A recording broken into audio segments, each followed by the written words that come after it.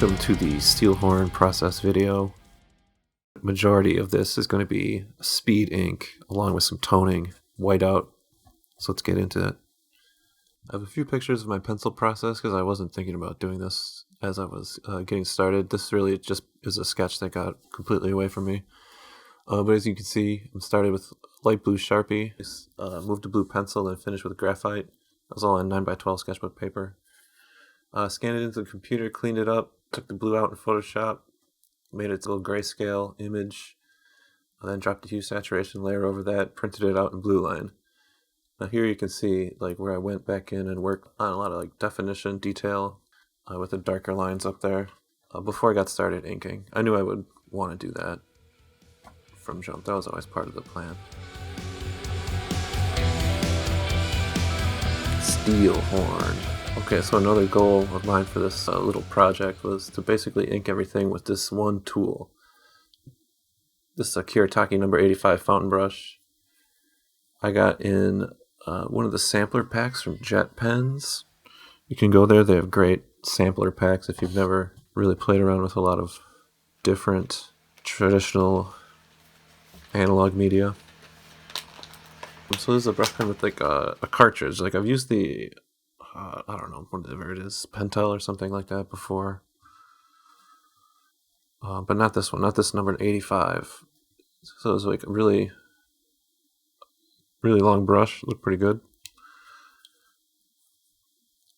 Alright, so I was like twisting it around up there, just getting the bristles to kind of like hang together a little bit and see how the flow of the ink's gonna like shoot out of this thing, or not, as the case was, really. So I started with the shoulder. I don't know why, honestly. Like as I was working this, like you can see in like the original character design, there's probably like a skull up there on the shoulder. A lot of people have interpreted this guy this way, but I was really into like, getting that shoulder girdle area, like up on the traps above the deltoids, all that stuff. Kind of like, I don't think I got it accurate, honestly, but I wanted it to look right and look huge. So then I do have like a tendency to kind of like, I don't jump around too much, I think. Once I get into a drawing, I'll kind of like just radiate out from wherever I started. It is a pretty fine tip on this brush, I found, so I was having to go over some stuff a little bit more than just to get a bit thicker line from what I initially put down, just not being used to like the give of the actual tip. But I think it worked great. Really could pull some nice thick lines, and then it did get pretty razor sharp, if that's the thing you are into. I don't know if you can see this in the fast motion, but a lot of times when I'm pulling these lines, I'll be rotating the brush like between my fingers and my thumb just to keep the sharp part of the brush where I want it, whether it's like if I'm trying to pull a thin to thick line or if I'm trying to keep pretty steady, like almost a flat line. It's difficult with this brush, which I like actually, because I'm not like into a super dead line, generally speaking. Although sometimes, well, whatever. All tools have their idiosyncrasies, I guess.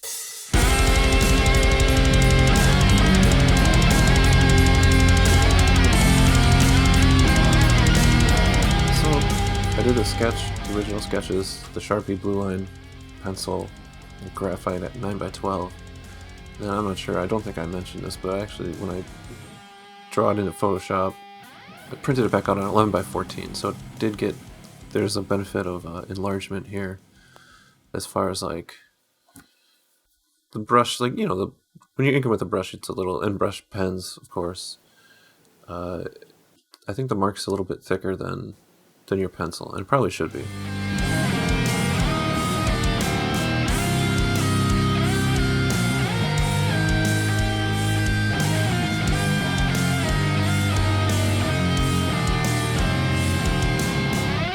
The biggest difference I noticed in, well, drawing with the brush, I guess, is that you're dragging the brush rather than pushing a pencil or a marker. It is so pliable, so you're always going to be kind of dragging it. You push it, you get it totally, you know, the bristles split and you get a funky mark that way too, but not one you usually are looking for unless you're filling in texture or something, doing something very organic.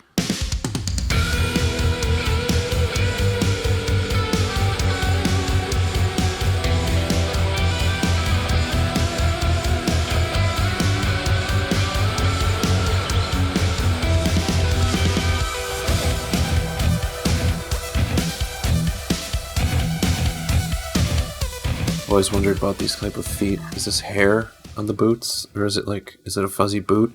Of course, he's one of these three-toed characters.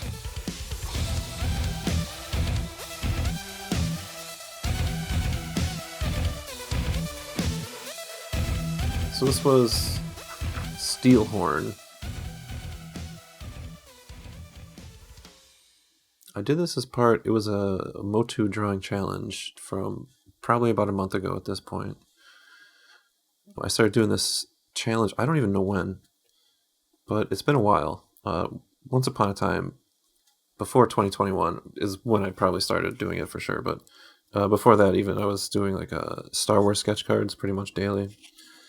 And at some point it transitioned, like, I don't know if it's because I found like the hashtag Motu drawing challenge and started kind of like playing along with that or what. But there was a switch from Star Wars to a bunch of He-Man guys.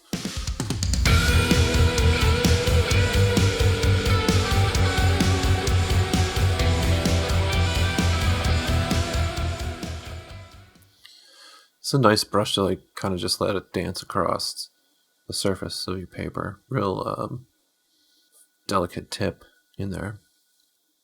This is where it gets a little funky too, like where the bend of your wrist and like the dexterity of your fingers is really tested as you like kind of just march down the board, or in this case, like, you know, the paper. It's pretty good paper.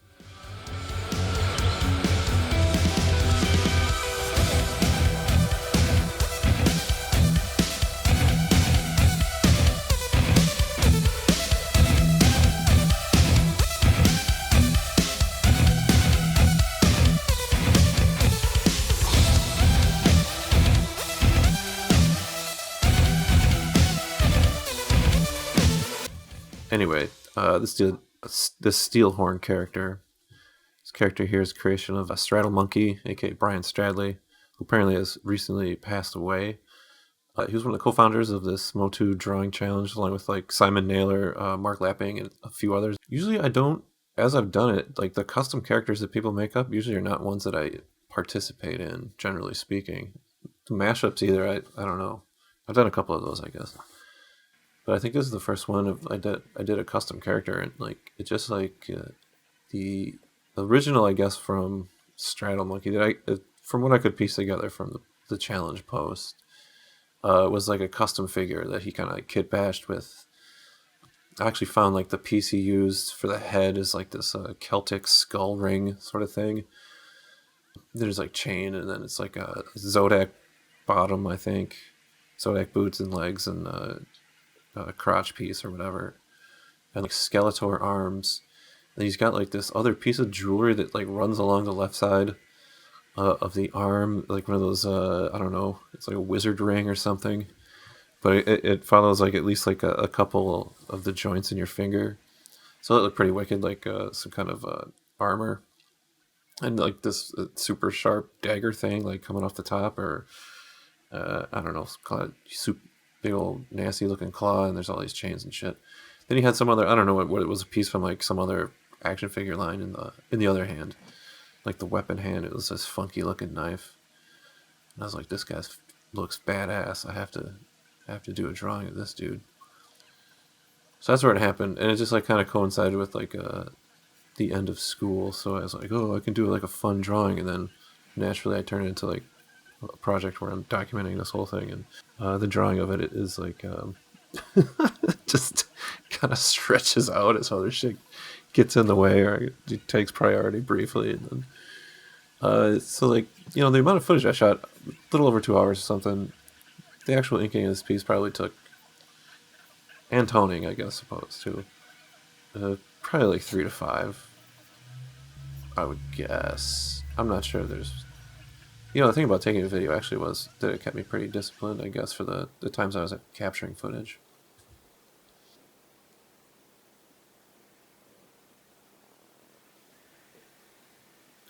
Well, the brush pen is a little difficult for some of these little noodly details. You gotta be real disciplined about how your hand is moving. How much of the work is done by your arm, your hand, or your fingertips. Like, the skull is very Motu, the ram horn especially. Like, it looks like this dude could be Skeletor's cousin or something. But he's also like a dude that would be right at home in like the Road Warrior or something. Sort of a pieced together outfit, a lot of chains, of course. Crazy knife. This guy's gonna jump off a gas truck to like steal your whole shit. I mean, I don't know if this is probably not coincidentally. I like watched the Road Warrior. Had it on like literally behind me for a chunk of the work I was doing here. It was like the Road Warrior, Mark Millar's interview show with Garth Ennis. Everyone should listen to that. What else? I don't know. Some Dark Tranquility. I think I was listening to some new stuff like that. There was some music mixed in.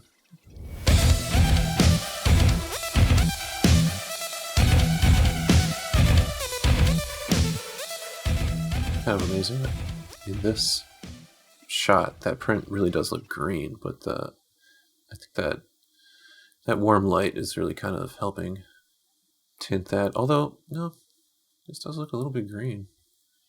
I don't remember the original. I don't remember it being this green. It still seems like it's probably off a little bit, but I guess this must have been a stopping point. So we'll be back immediately. But yeah, actually, I remember at some point it was pretty late, 1, 2 in the morning or something, and I've been kind of going for a while, so I just couldn't. It was going to be bad if I kept going. Now at this point, it does get a little shaky here. I kind of flubbed that line. Speaking of shaky, it's where the whiteout comes in handy later on here.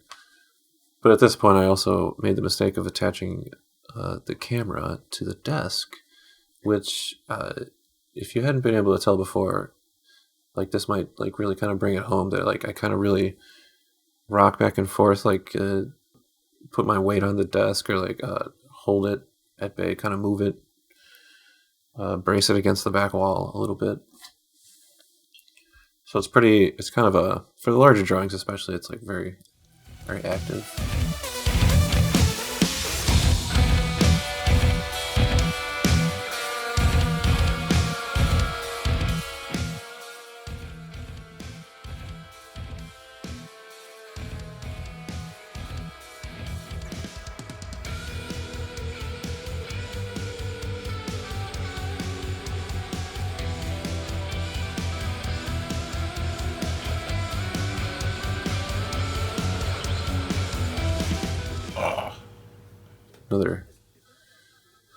Another highly qualified candidate for whiteout right there.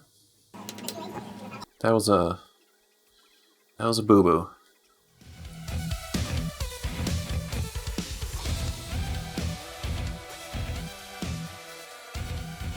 Brush pen is pretty nice for like unique texture in natural sort of stuff, so it works good for monsters and shit. This dude with all his craggy skull bits and little, the rough part of your bone. It's got like it does a little bit scare glowy in that there's like this crack that runs up the forehead, right?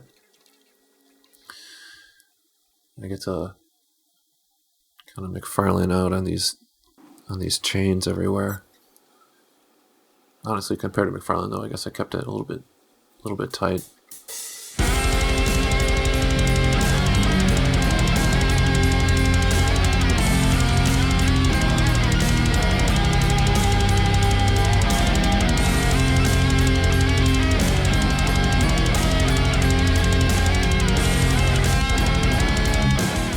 once again, the Kuretake number 85 fountain brush pen. I got mine from Jet Pens. I'm sure you can find it other places. Maybe you can't. I don't know. It's pretty cool.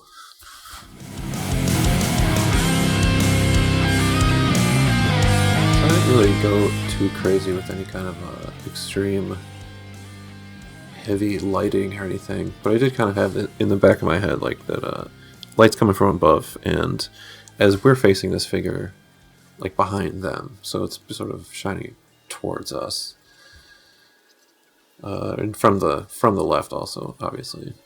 There is that baby drop shadow. I included some of the ground. I wasn't sure if I was going to do that or not, but wound up putting some indication of like whatever, the earth, the terrain underneath dude's feet.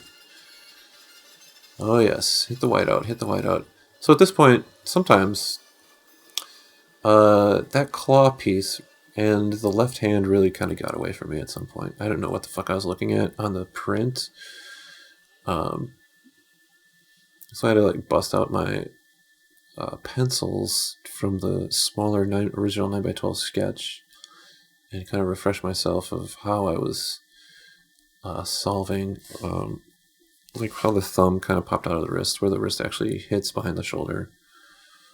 And then also, like, you know, because I was kind of reinterpreting some kind of like actual human jewelry as this like full arm length armor and weapon combo on the left side.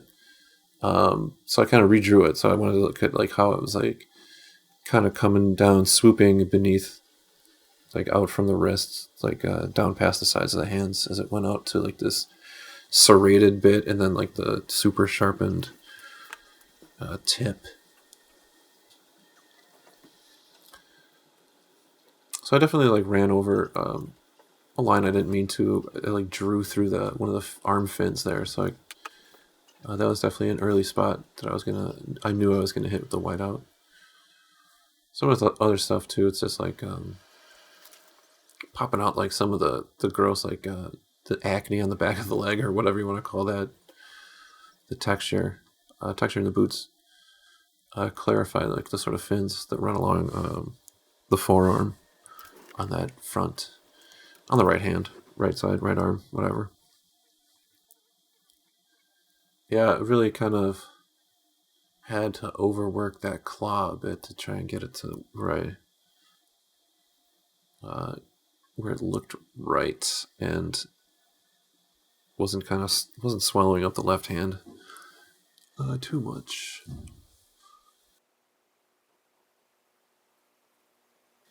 But the sort of the tip on that brush pen being so delicate and almost like soft, where it goes places you don't anticipate initially. At least that's how I found it to be. It's sort of kind of anything like those rivets on the armor. Some of them got kind of closed up. Same with like, you know, the sort of pock marks on his skin and stuff, like I mentioned earlier. So I wanted to pop those open with the whiteout. I usually have like two pieces of tape, which, you know, when you're using Bristol is definitely more than enough. You could see a few times my hand catching the bottom of the paper, so it's like folding up, so it got a little spooky there a couple of times, but generally speaking, 2 pieces of tape, that's all I'm doing. That way I can still pull it up pretty easily and reposition it on the board. Alright, so some toning. Yeah, this is where I decided to apparently make it like a real project. So I had some, I've had a folder of zip for a long time. Like almost all of this shit dates back to like Kubert school times. Although I did pick up a bunch in San Francisco when I was there. And even then, that was still like a million years ago. So a bunch of old zip that I've kind of been wanting to just like, if for no other reason than just get it out of my life. But I wanted to like make some drawings with this stuff, since like it's just sitting in here, getting sticky and being unused. So I was like, oh, it looks cool. I just put some on the knife. I've had some like gradient zip here, and it did. It looked badass. And then I was like, oh, you know what? I bet I can sneak some onto the shorts real quick. Of course, I did that, and then, you know, you give a mouse a cookie, and they're gonna start putting zip everywhere. So this turned into like really probably double the amount. This is another reason that it took as long as it did. as I just kept moving the goalposts for myself, I guess. I can see how, like, some of these sheets have been used a lot, so there's a bunch of odd shapes and stuff, so I thought I could probably pull off or like contribute to the texture of the boots by using all the like, sort of odd scrap pieces, the negative spaces and stuff that were still left on the sheet of zip, but also like as I was cutting, I was like pulling stuff out and putting it right back down, like flipping it upside down, finding where it fit on one boot or the other. For the most part, it's a pretty flat application. The boots get textural and there's a reflection on the knife, but I think for the most part, I wanted to stay pretty graphic with the application of the zipatone and not get too like rendery. I love the sound that this burnishing makes in the fast motion. Here, listen to this.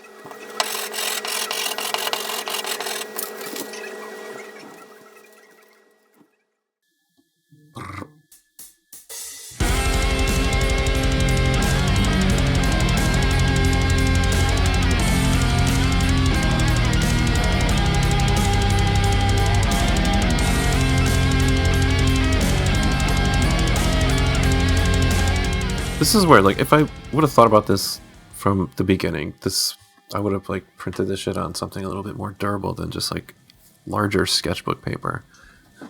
Like I said earlier, it's pretty decent paper, and it's pretty good, but I really wonder how much of this, like, I didn't really flip it over to take a peek, like, how much of this X-Acto knife work went right through to the other side. Like, the desk looks fine. I have a pretty light touch, and it was a pretty, unfortunately, dull knife. You can see me kind of work on some of these things, but yeah, I bet like the structural integrity of this page has been diminished after this process for sure. Justice, but it is just shy of like 90 degrees. One of the things I don't like about the computer is like just the posture it kind of forces you to take. So like being up at a drawing board is a little better for me. It still fucking hurts, obviously, after a while.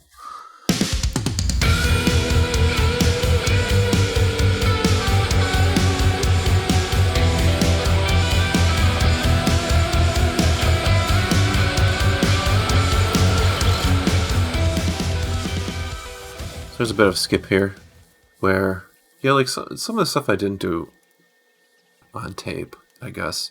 Coming back with half an armor sleeve already done up. For this one, I don't know how much, maybe it's kind of apparent, I guess. Maybe it will be. But the top of the armor is slightly, I don't know if it's actually lighter in terms of value or if it is just like a less dense screen. But the side is darker. The top is a bit lighter, I think. But that's about, and I cut some like edge lighting, I guess, along the fins, but beyond that, not much attention to like the individual reflective or whatever values in the armor beyond like the rendering and the line work. Yeah, that top edge armor, the surface took a beating up there. So that's where part of my challenge was. I just wasn't about to like chance it. I actually kind of liked this drawing enough where you saw the Faber-Castell marker come out for the retouch on the ripped up pieces of paper up there. I got a little attention to craft. Get that whiteout out. Yeah, still not done touching it yet, huh? Yes.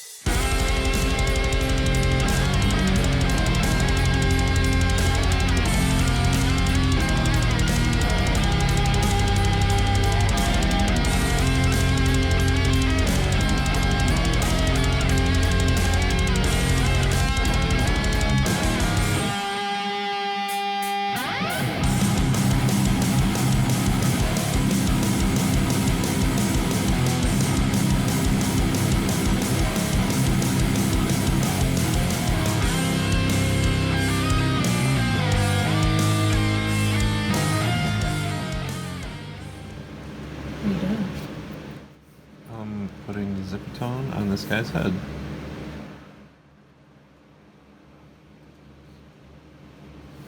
And making a video of this entire process. You ever done that before? No, not really. So, I'm doing it now.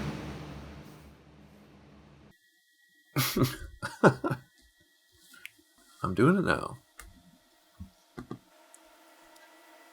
This is a few spots here where I try to peel it up and it kind of tears in where the at a certain point, but I got it off pretty successfully.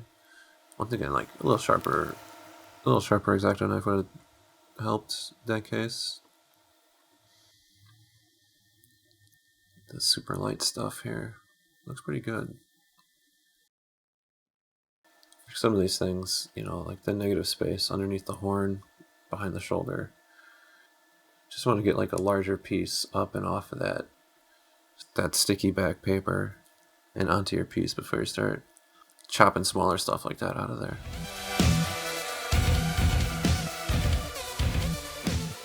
Got the signature with the brush pen too. You should see my sample page. It's full of that mark. Making sure I can get the letters right on the first try. If anyone would like to color this piece, I am going to put a link to a drive folder that will contain a file for anyone that wants to go crazy. Just tag and credit me when you post. So all told, the Kuretake brush, your Faber-Castell Pitt pen, small size for some touch-up stuff. The whiteout, unlike Utrecht brush, I think number 1. And the X-Acto knife with the zip. So there is a spot here where I did want to put some zip on that weapon, but I didn't want to do it on the actual piece, so I went in digitally and dropped it in there just so that it would have the same value as sort of like it was a part of the rest of the armor sleeve. So all that stuff kind of hangs together a little bit more. Anyway, Motu Drawing Challenge. Follow that hashtag. Go to Motu Drawing on Twitter, at Motu Drawing Challenge on Instagram. I am David Byer Jr. Go to at David Byer Jr. on Instagram and follow my work there. Thank you for watching this whole thing. I'll just say this as a final PSA. Back up your files. Hard drives fail. It's good to have multiple copies. All right. Have a good one.